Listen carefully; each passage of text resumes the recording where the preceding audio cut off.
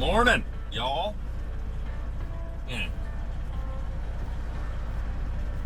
Today we are moving oil, gold oil. For anyone out there that has driven a back truck, you'll know when I say cold oil sucks. Cold oil to move is not a good time, especially if you can't heat it up with some water. But, you know, it's work. We're gonna do it. We're just gonna do it. Oh, man. She's a Friday morning, if I'm not mistaken here. Yeah, Friday morning. Should be working the weekend. And, see if we can get some footage over the weekend, but I was curious to know what does everyone do on their weekends when they're not working?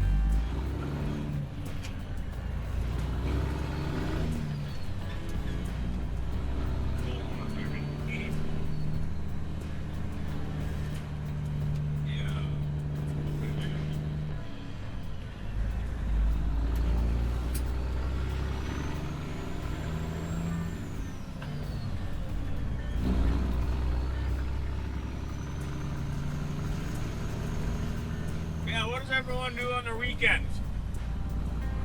Go out and party? I mean, I'm sure probably if you're 20 years old, that's probably the main rule, you know. Drink as much booze as you can for Monday. You know, that's how I used to be. And I'm sure the older crowd, you know, yard work, honey-do list, spending time with the family, wife, kids, husband, all that fun stuff. Man, I tell you too, like totally off topic of what we were just talking about, switching from one to the next. I won't lie to y'all. Today, well, not today, for the last, probably 2 months, my life has been quote unquote boring. Sorry, quote boring, unquote. Yeah. Quote boring, quote boring, unquote. You get up, go to work, then when you're done work, go home, eat food, and go to bed. And that's just fine. I really don't mind it. I just haven't had a whole lot of time to do anything else. You know, I maybe get a half hour to an hour at night. Typically edit up some footage, but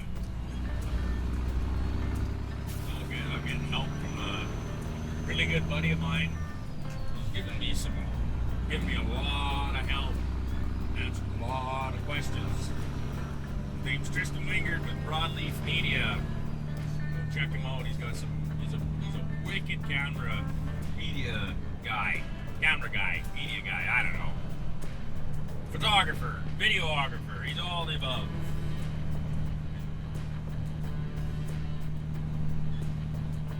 Yeah, it's Pages. Pages, Broadleaf Media. I believe he's on like all the platforms, if I'm not mistaken. So that's been really nice. Helped me out a lot so far.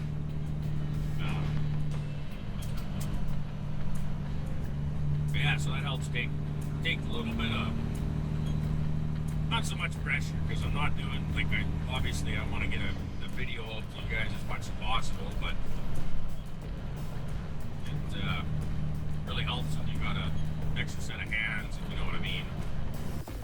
One of them guys that drives extremely slow on gravel, big truck. So slow that I swung a fly out the window. Now he's chilling. He caught up to me, and now he's chilling on the outside of the guy. Got no give a fuck. He knows. Let me tell you what, flies are the worst when you're driving. I don't got any AC in here. That's the last thing you want. Last thing you want is frickin' be all hot and sweaty and bothered. And you got a couple of flies flying around. Sure, I can send him for a ride here. Later, bud. No match for the window. Well, let's see if we can't go push this water into a cold oil tank. And what we're going to do,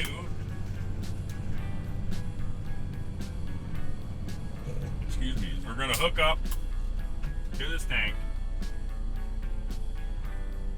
push our load of hot water into said oil tank, and then once we are empty, because right now that oil, I believe after yesterday when we pushed the water in and bubbled it, it's in about 30 degrees. For any people out there that have hauled oil or moved oil before, it's a real bitch when it's below about 45 to 50. I know fluid haulers won't even touch it if it's below like 50 because it'll blow seals in their pumps. But so yeah, we're gonna push this water in, and then when we get down to where we're empty, we're gonna throttle. I call it throttle, but we're gonna, instead of having the valve fully open, we're gonna close it about halfway, and then we're gonna push air into that tank. And what it's going to do is the water will be coming into the tank, or it has already, and then the air is going to follow, and it's basically going to roll the tank, or roll the oil and the water together. And of course the water that we're hauling is like, I want to say it's quite hot. I don't have a temperature reading on it, but it's quite hot. And so what the goal is here is, with pushing that water in and then following it with air, what it will do is it'll roll the water and the oil together to heat the oil up. And then when it's heated up enough, hook back on, switch it into vacuum and start pulling the fluid out, essentially, is what we're going to do. Now that's always easier said than done. So, we'll see how we do today.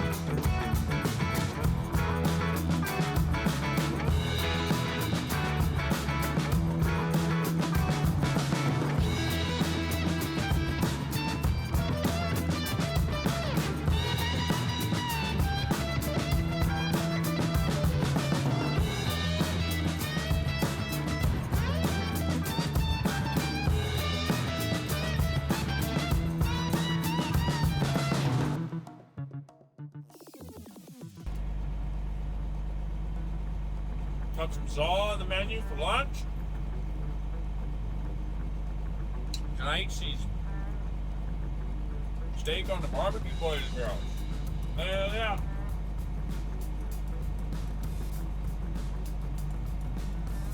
So right now,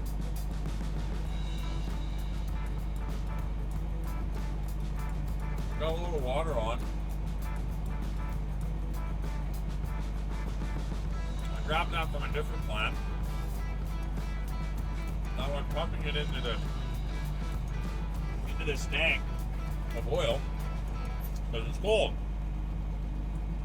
When I'm empty, I'll keep pushing air into it, because what that air will do is basically roll the tank and all the fluid in there, And this is hot water, by the way. I don't know if I mentioned that. Well, the hot water pushed in there, heating up the oil on its own, marinating.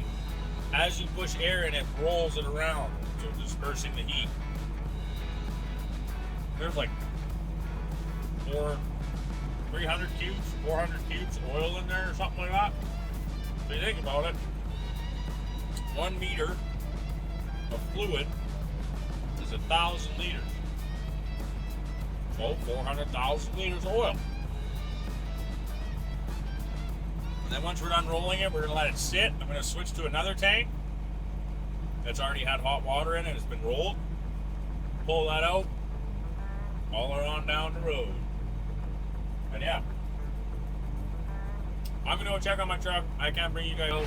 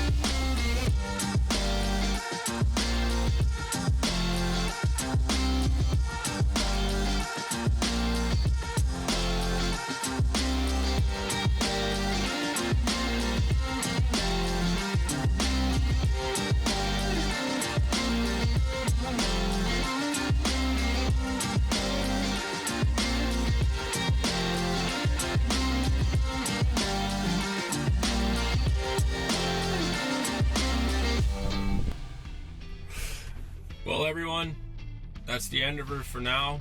Another day, another dollar made, you know. If you guys could do me an absolute huge favor, I'd be more than appreciative and grateful for it. You could give this page a follow, Driving with Oz. Share, like, comment, subscribe. Oh man, that would be awesome. And until next time, keep that shiny side up, keep that greasy side down, and we'll check you on the flip-flop. Come on.